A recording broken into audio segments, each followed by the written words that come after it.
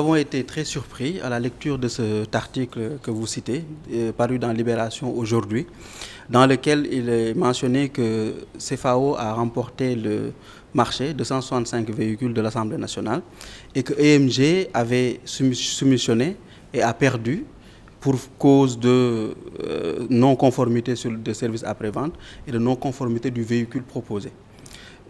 Aujourd'hui, nous voulons vous dire avec la plus grande fermeté que cela est totalement faux. Parce que EMG n'a pas été consulté pour ce marché. Et donc, nous n'avons pas pu donner une offre. C'est d'ailleurs la raison pour laquelle nous faisons ce point de presse pour dénoncer cela, pour notre crédibilité. Parce que EMG a le service après-vente le plus abouti des concessionnaires actuellement au Sénégal. Et les véhicules que nous proposons sont effectivement identiques aux véhicules que CFAO propose. Donc, il ne peut pas y avoir de non-conformité de véhicules ou de non-conformité de services après-vente vu que nous n'avons pas postulé, parce que nous n'avons pas été consultés. Il y a des preuves et on va vous les montrer tout à l'heure. Quand nous avons eu des informations concernant le marché qui a été lancé, nous l'avons eu par le biais d'un des soumissionnaires qui avait été consulté parce que lui, il avait constaté que ce sont des véhicules Toyota Prado qui avaient été proposés, qui avaient été demandés. Et constatant que l'ensemble des personnes qui avaient été appelées ne pouvaient pas proposer ce modèle, sauf CFAO. Ils nous ont demandé si nous, étant les compétiteurs de CFAO proposant le même modèle, est-ce qu'on avait été consultés? On leur a répondu que non.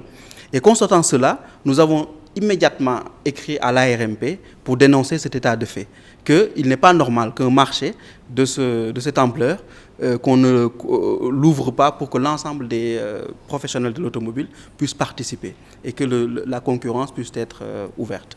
Aujourd'hui, c'est effectivement cela. C'est un marché de gré à gré qui a été, qu'on a essayé de maquiller en marché d'appel d'offres restreint. La raison et l'explication est très simple. C'est-à-dire dans un appel d'offres, on demande des spécifications qui correspondent à une Toyota Prado. Les Toyota Prado sont proposés par deux concessionnaires, EMG et CFAO. Donc il suffit d'éliminer l'un des concessionnaires en ne l'appelant pas pour favoriser l'autre qui est la CFAO. Et ça, c'est ce qui a été fait. Et quand on le fait, même si les autres répondent, ils ne pourront pas être conformes. Donc, il est clair que la CFAO a été favorisée dans cet appel d'offres et c'est de la même manière s'ils avaient pris par exemple le contrat et elle avait donné directement à la CFAO sans passer par aucune forme de procédure. C'est d'ailleurs l'une des raisons pour lesquelles on a été écarté. Parce que nous proposons des véhicules identiques avec des prix moins chers et des facilités de paiement en tant que Sénégalais. Parce que figurez-vous qu'en 2017, nous avions proposé à l'Assemblée nationale de leur fournir les mêmes types de véhicules, c'est-à-dire des Toyota Prado, avec un prix moins cher qui est de l'ordre aux alentours de 750 millions, moins cher que le prix qui a été proposé et qui est marqué dans le journal. Et avec une possibilité de pouvoir le payer sur 5 ans, c'est-à-dire à chaque législature. Et nous l'avons fait comme participation pour des Sénégalais dans le fonctionnement de l'Assemblée nationale.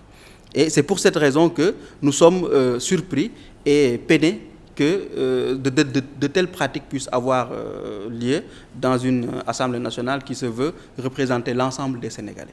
Et nous voulons signaler, je voulais juste signaler une chose. Le PDG m'avait interdit de parler de ce marché. Et jusqu'à présent, je m'étais conformé à cette interdiction-là pour ne pas créer de problème et ce genre de choses-là. Mais aujourd'hui, il y va de notre crédibilité parce qu'on a été sali et traîné dans la boue par cet article qui dit des contre-vérités. Donc c'est pour cette raison que nous nous levons aujourd'hui pour fustiger cela et nous sommes convaincus que les autorités sénégalaises ne sont pas au courant de ce genre de pratiques parce que sinon ils les dénonceraient autant que nous.